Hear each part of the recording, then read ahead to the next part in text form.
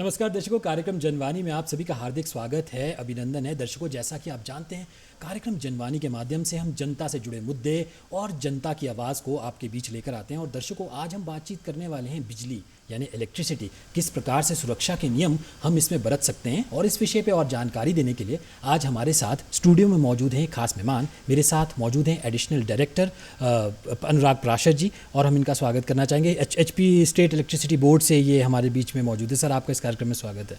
आपका भी बहुत बहुत धन्यवाद। नमस्कार जी। और दर्शकों, मैं आपको बताना चाहूँगा कि एक लाइव फ़ोन इन कार्यक्रम है। अगर आपका कोई सुझाव है, अगर आप हमारे एक्सपर्ट के साथ कुछ गुफ्तगू करना चाहते हैं, कोई आपका सुझाव है, तो आप प्लीज़ नीचे दिए गए नंबरों पर संपर्क कर सकते हैं। हमारे नंबर है 28000177, दूसरा नंबर है 28000178। अगर आप शिमला के बाहर से कॉल कर रहे हैं या अपने मोबाइल से कॉल कर रहे हैं तो शिमला का जो लैंडलाइन STD कोड है वो आप ज़रूर लगाइए, जो है 0177। सर, आज हम बातचीत करने वाले हैं कि बिजली में सुरक्षा के क्या नियम हम बरत सकते हैं। और जब हम बात करें Himachal Pradesh state electricity board की, इलेक्ट्रिसिटी का हमारे जीवन में एक बहुत अभिन्न अंग है, मैं ये कहूँगा। तो सर, बिजली विभाग की जब हम बात करते हैं, उनका क्या रोल है, क्या ऑब्जेक्टिव है? देखिए, आप सब जानते हैं, हम सब जानते हैं कि हर एक काम आज बिजली की निर्भरता पर है। हर काम आप कह सकते हैं कि सभी काम हमारा बिजली पे होता है, बल्कि जो भी कार्य है वो यदि बिजली 2 मिनट भी संभव ना हो तो सब कुछ गड़बड़ हो सकता है जी। तो इसलिए एक बड़ा महत्वपूर्ण है कि बिजली का उत्पादन, उसका सही वितरण, और सही वितरण के साथ आता है सुरक्षा का। जैसे आपने बात की, आज का हमारा चर्चा का जो विशेष विषय है सुरक्षा, तो इसमें सुरक्षा के बहुत अधिक नियम हैं। और लेकिन मैं आपको बताते हुए ये हर्ष महसूस कर रहा हूँ कि आजकल पिछले कल से लेके मतलब 24 अप्रैल से 30 अप्रैल तक हिमाचल प्रदेश सरकार के निर्देशानुसार Himachal Pradesh state electricity board limited ने जो है वो सुरक्षा सप्ताह, बिजली सुरक्षा सप्ताह का आयोजन किया है। जैसा कि इस मामले में हिमाचल सरकार बहुत ज़्यादा ध्यान दे रही है कि बिजली के वितरण के साथ जो बिजली सुरक्षा विषय है उसका भी लोग उसको जागरूक किए जाएं। तो इसीलिए ये निर्णय लिया हमारा जो अध्यक्ष हैं वर्तमान में, उन्होंने भी ये निर्णय लिया कि वर्ष में 2 बार जो है वो इस सुरक्षा संबंधी सप्ताह का आयोजन किया जाए। और इन सुरक्षा सप्ताहों के आयोजन में ना केवल बिजली बोर्ड के जो कर्मचारी हैं उनको जागरूक किया जाए, बल्कि आम जनता को भी जागरूक किया जाए। तो इसलिए ये पिछले कल से 24 अप्रैल से 30 अप्रैल तक, अप्रैल मंथ का जो इस वर्ष का 2023 का है, वो सुरक्षा सप्ताह हम लोग मना रहे हैं। और इस दौरान विभिन्न माध्यमों से हम जनता तक पहुंच के, क्योंकि सुरक्षा में 2 बड़े महत्वपूर्ण पहले हैं। एक तो पहलू ये है कि कोई भी विभाग हो हिमाचल प्रदेश का, उसकी अधोसंरचना की सुरक्षा, दूसरा उसमें कार्य कर रहे कर्मचारियों की सुरक्षा, और तीसरा आम जनता की सुरक्षा। ये तीनों सुरक्षा बहुत आवश्यक है। और सेंट्रल इलेक्ट्रिसिटी अथॉरिटी जो है उसने वर्ष 2010 में ये रेगुलेशन पास किए हैं, सेफ्टी रेगुलेशन जिनको कहा जाता है। और उसके बाद समय समय पर Himachal Pradesh state electricity board limited ने अपने अपने सेफ्टी कोड भी इस बारे में निर्धारित किए हैं। तो अभी भी नवीनतम जो सेफ्टी कोड है वो Himachal Pradesh state electricity board में जो है वो कार्यरत है। और इसके अंतर्गत कुछ सुरक्षा संबंधी नियम ना केवल कर्मचारियों के लिए है, बल्कि ये नियम भी है कि जनता को जागरूक किया जाए। जी सर, जैसा आप जिक्र भी कर रहे हैं कि बिजली सुरक्षा सप्ताह को हम मना रहे हैं, और बहुत ज़रूरी है कि हम लोगों को भी जागरूक करें। कहीं ना कहीं जैसा आप कह रहे हैं कि जो बिजली विभाग में कार्यरत एम्प्लॉयज़ हैं उनको भी हमें जागरूक करना पड़ेगा। मैं आपसे थोड़ा ये जानना चाहूँगा, जब हम बिजली की बात करते हैं, हम कहते हैं कि जो हिमाचल प्रदेश है वो सबसे बड़ा प्रोड्यूसर है इलेक्ट्रिसिटी का, और जो हमारी भौगोलिक स्थिति है अगर हम उस पर भी गौर फरमाएँ तो हम देखते हैं कि कुछ इलाके ऐसे हैं जो काफ़ी दुर्गम है, कुछ काफ़ी पहाड़ी इलाके हैं।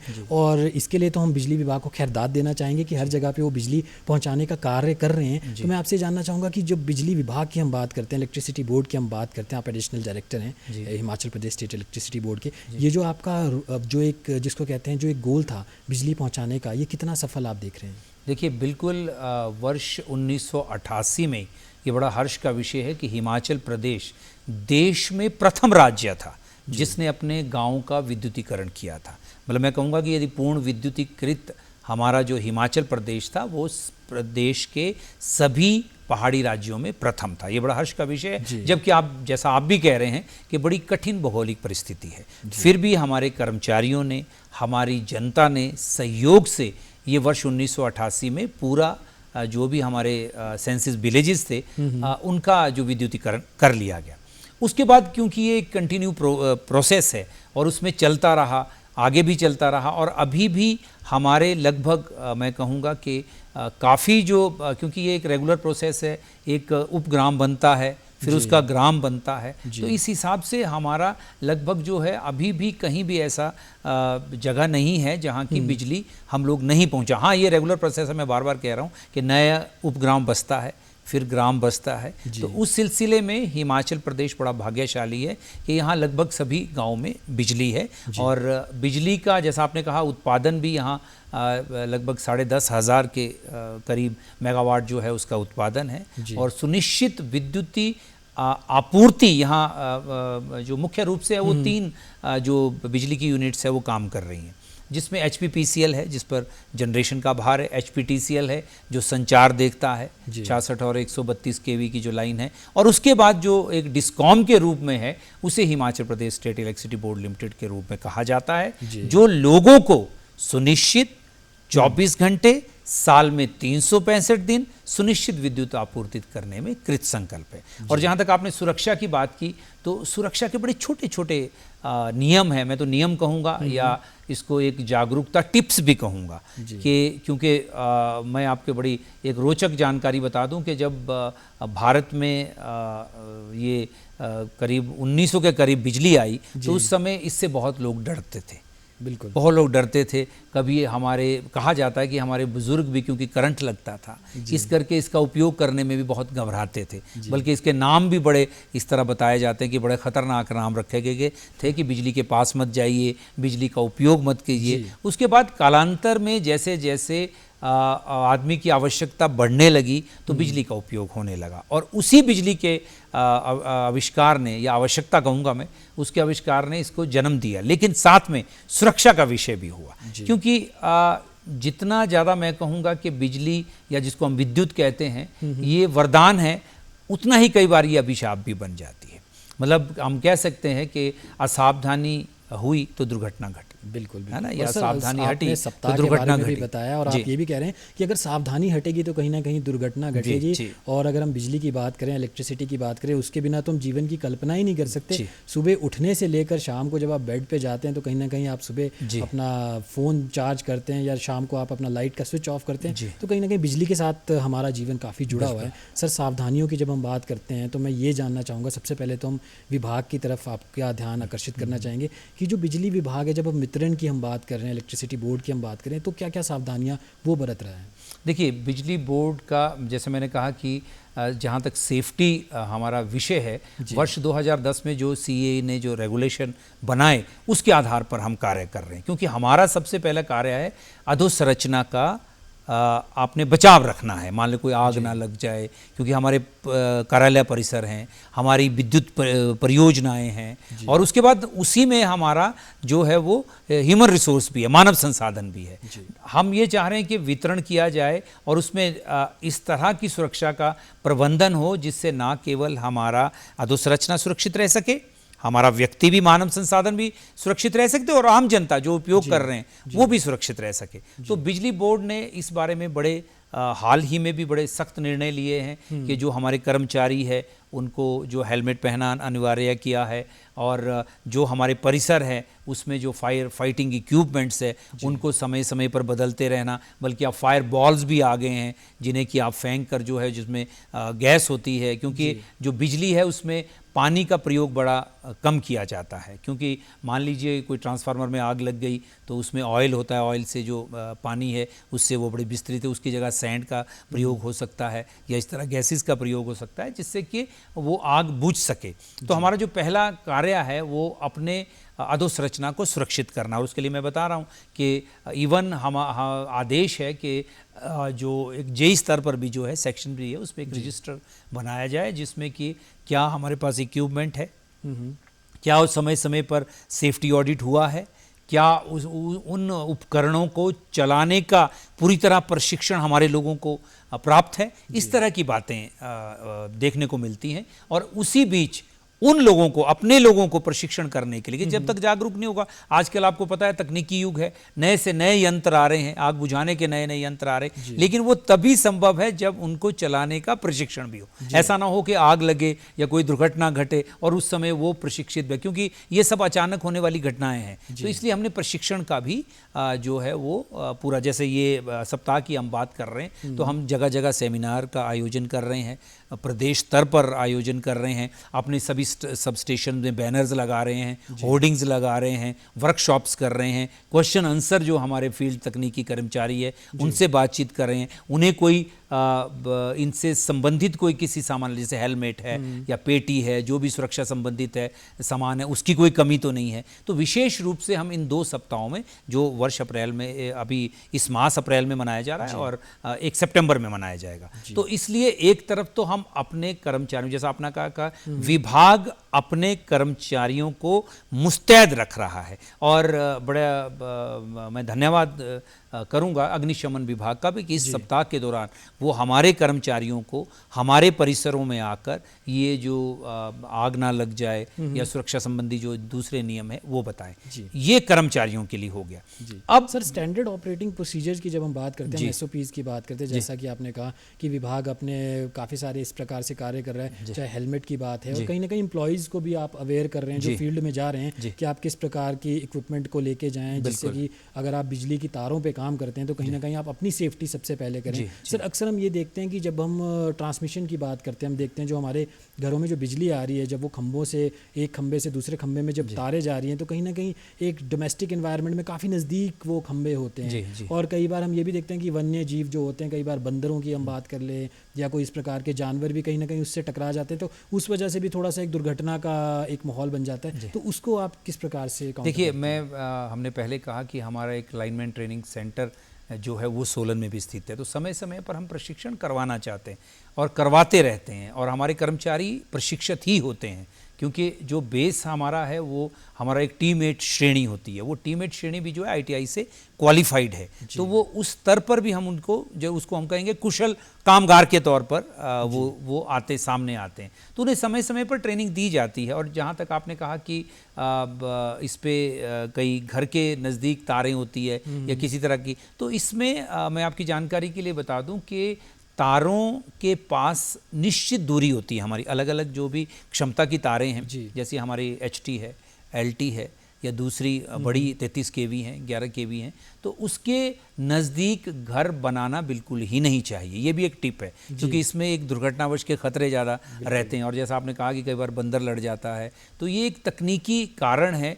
तो इसलिए इसकी जो निश्चित हमारे रूल रेगुलेशन में है, अलग अलग क्षमता के लिए अलग अलग है। ज़्यादा क्षमता होगी, आपने देखे बड़े बड़े टावर होते हैं, वो भूमि से भी दूर हैं, पेड़ों से भी दूर हैं, लेकिन ये कई जगह देखने में आया है, क्योंकि कह सकते हैं वो कुछ आजकल का जो नया हमारा युग है, इसमें मकानों की आवश्यकता भी ज़्यादा है, तो लोग तारों के नज़दीक घर बना रहे हैं। तो हमारा एक टिप सुरक्षा का ये भी है कि कृपया जहाँ तारें जा रही हो उसकी निश्चित दूरी में मकान ना बनाएं, क्योंकि ये भी एक खतरे। ये भी देख रहे हैं कि जब हम तारों की बात कर रहे हैं, अब तो शायद विभाग इस प्रकार की तारें जिसमें कोटिंग होती है रबड़ की पहले ही, तो कहीं ना कहीं उससे भी एक दुर्घटना को हम बचा सकते हैं। देखिए, दुर्घटना के कई, आपने बिल्कुल ठीक कहा, हमारी AB केबल, जिसको एयर बंच हम केबल कहते हैं, कि जो बिल्कुल, क्योंकि ओवरहेड लाइंस हमारी जाती हैं, लेकिन उसमें कई जगह कुछ लाभ भी हैं और कुछ हानियां भी हैं। जैसे ओवरहेड लाभ की लाइन जाती है, तो जब लाइन टूटती है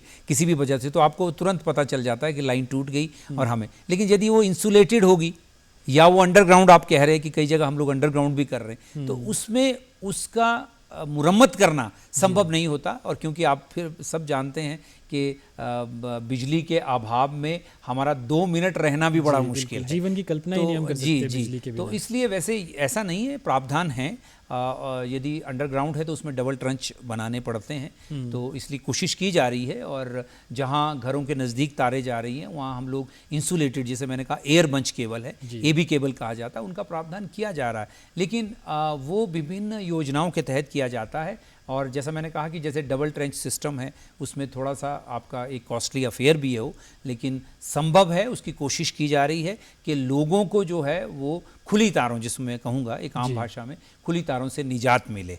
और कई जगह हम लोगों ने इस चीज़ को शुरू भी किया है और आहिस्ता आहिस्ता सब कुछ ठीक होगा, आहिस्ता आहिस्ता। सर, कंज्यूमर की जब हम बात करते हैं, हम उपभोक्ता की बात करते हैं, आपने विभाग के तौर पे तो आपने बताया कि किस प्रकार की सावधानियां आप बरत रहे हैं, किस प्रकार से आप सुरक्षा की जब हम बात करते हैं, तो सर कंज्यूमर अपने एंड पे क्या करे? और जब हमारे घर में जब एक बिजली की तार आ रही है, क्योंकि अक्सर हम देखते हैं कि जितनी भी बिजली की घटनाएं होती है और खासकर आग की घटनाएं होती हैं, वो देखते हैं कि हम शॉर्ट सर्किट की वजह से होती है। और अगर हम ग्रामीण क्षेत्रों की बात करें, कई बार घर लकड़ी के बने होते हैं, तो कहीं ना कहीं उससे फिर दुर्घटना और ज़्यादा बढ़ जाती है। तो उनको आप कंज्यूमर्स को क्या आप टिप देना? देखिए, आपने बड़ा अच्छा प्रश्न किया है कि जब तक कंज्यूमर सेफ नहीं रहेगा तब तक हमारा बिजली वितरण का भी कोई फ़ायदा नहीं रहेगा।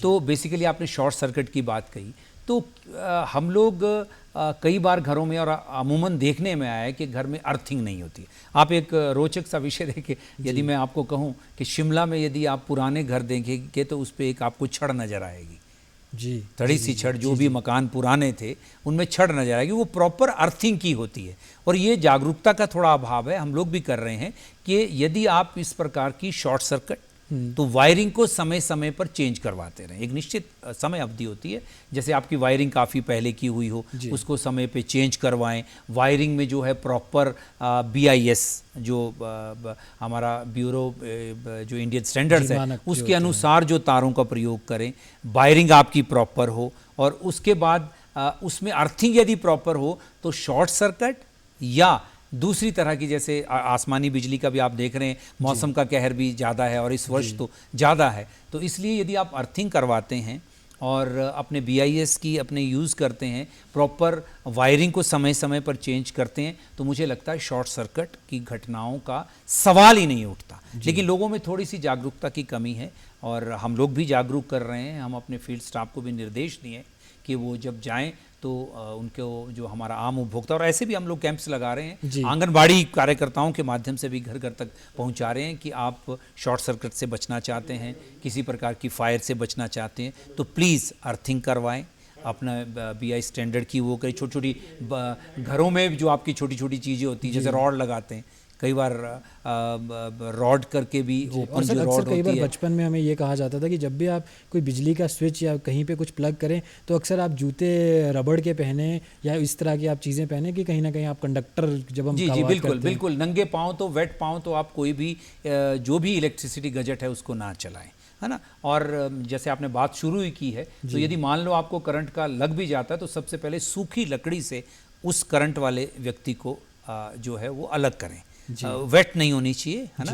प्लास्टिक से भी आप कर सकते हो, लेकिन इस तरह से उसको उससे पृथक करें और उसके बाद तुरंत जो है उसको डॉक्टरी सहायता लें। और एक थोड़ी सी रोचक बात मैं बता दूं कि जब आप चलें तो सिंपल ना चलें, बल्कि खरगोश की भांति दोनों पैर इकट्ठा कर लें, क्योंकि यदि कई बार यदि आप अलग पैर रखते हैं तो वो अर्थिंग का उसको सर्किट मिल जाता है और आदमी को करंट लग जाता है। जब दोनों पैर इकट्ठे हों तो वो उसको नहीं हो पाता और उससे बच जाता है। इसी प्रकार मान लीजिए आप कार से जा रहे हैं और कार के ऊपर कोई तार गिर जाती है तो कार से उतरे ना, और तुरंत जो है हमारा एक टोल फ्री नंबर है 1912 है, 1800 180 80 60 है, उस पर सूचित करें कि बिजली की जैसे तार गिर गई है और हम लोग फंस के उतरे ना, क्योंकि उतरेंगे तो वो ग्राउंड के साथ आपको करंट लग सकता है, जबकि जो इसके जो रबर है टायर हैं वो आपको करंट से बचा लेते हैं।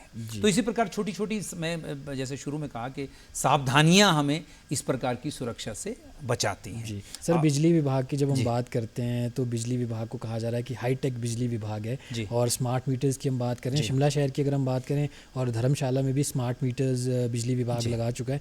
तो स्मार्ट मीटर्स से क्या फ़ायदा है एक कंज्यूमर को, और जब हम बिजली चोरी की बात करते हैं तो क्या बिजली चोरी भी स्मार्ट मीटर रोक सकता है?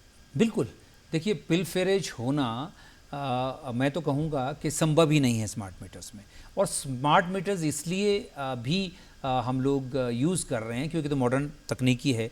आपको बल्कि आगे आगे आप जाएंगे भविष्य में तो मीटर रीडर को भी उस स्मार्ट मीटर तक भी जाने की आवश्यकता नहीं होगी। सब स्टेशन भी जो है वो मीटर रीडिंग ले ली पाएगी। और जिस तरह की आपने कहा कि चोरी का कोई सवाल नहीं है। तीसरा, हम जो अब लोगों को दे रहे हैं वो पावर नहीं दे रहे हैं, क्वालिटी पावर दे रहे हैं। क्वालिटी पावर मीन्स एक अच्छी वोल्टेज वाली पावर, एक अच्छे पावर फैक्टर वाली पावर, एक अच्छे फ्रीक्वेंसी वाली पावर, जिससे कि जो लॉसेस भी कम हो कंज्यूमर के भी और जो बिजली वितरण दे रही है कंपनी उसके भी। तो इसका कुछ कंज्यूमर सर ये सोच रहे हैं, मेरे जहन में सवाल आ रहा था, और मतलब जनता के कई लोगों के ये सवाल रहते हैं कि जब से हमने स्मार्ट मीटर लगाया है तब से हमारे बिजली के बिल ज़्यादा बढ़ के आ गए। तो इसमें कितनी सच्चाई है? ये बिल्कुल ही आपने बड़ा अच्छा प्रश्न पूछा है, शायद और लोगों का भी ये प्रश्न होगा। ऐसा कुछ नहीं है कि स्मार्ट मीटर जो है, बल्कि वो आपको जो उसका मीटर या जिसको हम करंट जिसको मापते हैं उसको लेने की एक स्मार्ट मीटर्स में बहुत अच्छी इकाई है। कोई आपका पिलफिरेज या लीकेज उसमें नहीं हो सकता है। इसलिए मैं कहूँगा कि हो सकता है पुराने मीटरों में उतनी ज़्यादा एक्यूरेसी ना हो, जबकि जो नवीनतम मीटर है इसमें एक्यूरेसी है, और इसलिए कई बार लगता है कि लोगों के बिल आ गए, पर ये हमेशा लगता है लोगों को, और ये एक स्वाभाविक भी है कि बिल ज़्यादा आ जाए। तो उसका कारण मुझे लगता है कि कम से कम स्मार्ट मीटर नहीं है। जी सर, आप बिजली के बिल की बात कर रहे हैं तो मैं आपसे ये भी जानना चाहूँगा कि कितने यूनिट तक आज अभी हम बात कर रहे हैं कि बिजली का बिल माफ़ है? देखिए, वैसे तो माफ़ हम नहीं कह सकते, क्योंकि जो बिजली का बिल है वो सरकार कंज्यूमर का दे रही है। 125 यूनिट तक जो है पर मासिक अभी तक जो वर्तमान में चल रहा है उसके निःशुल्क उस तक हम लोग ले सकते हैं। तो यही 125 यूनिट तक अभी फ्री माना जा सकता है। जी सर, जब हम स्मार्ट मीटर्स की बात करते हैं, हम बात करते हैं ऑनलाइन की, हम बात करते हैं कि हाईटेक है बिजली विभाग, तो जब पेमेंट्स की हम बात करते हैं, अब हम देख रहे हैं कि बहुत सारे लोग अपने वॉलेट से, अपने और प्रकार के एप्लीकेशन से पेमेंट्स कर रहे हैं, तो वो कितनी सेफ़ हैं, और क्या बिजली विभाग का भी कोई इस प्रकार का कोई ऐप है जिस पर आप पेमेंट कर सकते हैं? जी, ये बड़ा अच्छा प्रश्न है आपका। हमारा HPSCB नाम से ऐप है, आप उसके ऑनलाइन के जो भी मेथड्स हमारे हैं सभी से पेमेंट हो आपको। बल्कि मैं तो ये कहूँगा कि ना तो आपको अब अपना जो बिजली का बिल है वो देने जाने की आवश्यकता है किसी भी कार्यालय में। हाँ, देखने की कोई hpscb.in हमारी वेबसाइट है। आप दर्शकों की सुविधा के लिए मैं एक बार फिर बता दूं, hpscb.in ये हमारी वेबसाइट है। इस पे आप देख सकते हैं। आपने ऐप का कहा, बल्कि ऐप से आप उस दे भी कर सकते हैं, और शिकायत भी आप करना चाहे। यदि आपको 1912 है, आपके घर में बिजली नहीं है, कोई आपकी लोकेलिटी में बिजली नहीं है, तो आप उस पर भी दिन रात 24 घंटे हमारा IVRS सिस्टम है, इंटीग्रेटेड सिस्टम है, तो आप कभी भी उस पर भी जो हमारा टोल फ्री नंबर है इस पर भी आप कंप्लेंट कर सकते हैं। लेकिन हम लोग ये चाहते हैं कि आधुनिक तकनीक के को प्रयोग करते हुए जो आम जो हमारा कंज्यूमर है वो उसको कार्यालय में जाने की आवश्यकता ना है, जिससे उनका समय भी बचता है, उनके धन की भी बचत होती है। और एक थोड़ी सी मैं आपको जानकारी दे दूं कि कुछ आजकल तो थोड़ा सा कम हो गया है, पिछले कुछ महीनों में एक जो बड़े फ्रॉड मैसेजेस आ रहे थे कि जी आपका बिजली का पेमेंट नहीं है, 9:30 बजे आपकी जो बिजली वो कट जाएगी। तो ये पूरी तरह से बिजली board, Himachal Pradesh state electricity board इस तरह का कोई भी मैसेज नहीं भेजता है। तो कृपया सावधान रहें, और यदि कोई आपकी ऐसी शिकायत है तो 1912 नंबर पे आप शिकायत कर सकते हैं। हमारा 1800 180 80 60 दूसरा नंबर है, इस पे आप शिकायत कर सकते हैं। और जो साइबर क्राइम सेल है आप उसमें शिकायत कर सकते हैं। बिजली बोर्ड जो है वो प्रॉपर नोटिस दे के जो है, यदि आपने बिल नहीं पे किया है तो प्रॉपर नोटिस, और वो ऑफलाइन के माध्यम से कहीं ना कहीं बिजली विभाग के जो अधिकारी वो आपके घर आके आपको नोटिस देंगे। तो कहीं ना कहीं एक वो भी मैकेनिज्म है। तो अगर इस प्रकार से कोई SMS आप लोगों को आते हैं तो प्लीज़ आप साइबर, जो निकटतम साइबर थाना है वहाँ जाके आप रिपोर्ट भी कर सकते हैं। सर, मैं एक आपका ध्यान लेके जाना चाह रहा हूँ। जब हम सर्दियों की बात करते हैं, हम बर्फ़ों की बात करते हैं, अक्सर हम देखते हैं सबसे ज़्यादा जो पावर लॉस है वो बर्फ़ों के दौरान होता है। तो उसके लिए क्या सुरक्षा के नियम आप लोग फॉलो कर रहे हैं? देखिए, वैसे तो हम चाहते हैं कि जैसे बर्फ़ों, जैसे बर्फ़ का आपने कहा कि ऋतु आती है बर्फ़ की, तो उससे पहले हम लोग अपनी सारी तैयारी करते हैं। नंबर 1, जहाँ बर्फीली क्षेत्र हैं वहाँ जो टहनियाँ आपकी है, कोई उनसे कंडक्टर के साथ जा रही है उनको साफ़ किया जाता है। और जो हमारे कर्मचारी है उनको जो स्नो बाउंड एरियाज़ है उसमें स्पेशल पोशाक दी जाती है। और जो मेंटेनेंस है, मान लीजिए सर्दियों का जो क्षेत्र है वो आपको नवंबर से शुरू हो रहा है, तो अक्टूबर सितंबर में हम अपनी मेंटेनेंस वर्क जो है उसको कंप्लीट कर सकते हैं। अन्यथा कोई भी दिक्कत आ सकती। दूसरा, हमारे पास कंडक्टर हैं, मीटर्स हैं, क्या हमारे पास तारें हैं, क्योंकि संभव कैरिज नहीं हो सकता, तो उस समय हम अपने स्टोर्स में जो पूरी मात्रा में जो सामान है उसको इकट्ठा कर लेते हैं, जिससे कि वो हमें उस समय वो ना आए। और वैसे भी हमारे इतने योद्धा हैं, मैं तो कहूँगा, जो हमारे कर्मचारी हैं, आपने देखा होगा, तो योद्धा हैं, और इतनी बर्फ़ में भी कोशिश की जाती है, हर संभव कोशिश की जाती है कि लोगों की बिजली बहाल रखे, जिससे जो आवश्यक सेवाओं में जो है वो किसी तरह की कमी ना आए, जिससे चिकित्सा संबंधी सुविधा होती है, दूसरी सुविधाएं होती हैं। सर, आपने बिल्कुल सही कहा कि जो बिजली विभाग है, और खासकर Himachal Pradesh state electricity board की बात करूँ तो सच में आप लोग योद्धा हैं, और इसके लिए हम आपका बहुत बहुत आभारी हैं। सर, आप आज के इस कार्यक्रम में हमारे साथ जुड़े, उसके लिए बहुत बहुत शुक्रिया। धन्यवाद। नमस्कार। तो दर्शकों, आज के कार्यक्रम में बस इतना ही। अब मुझे दीजिए इजाज़त। नमस्कार।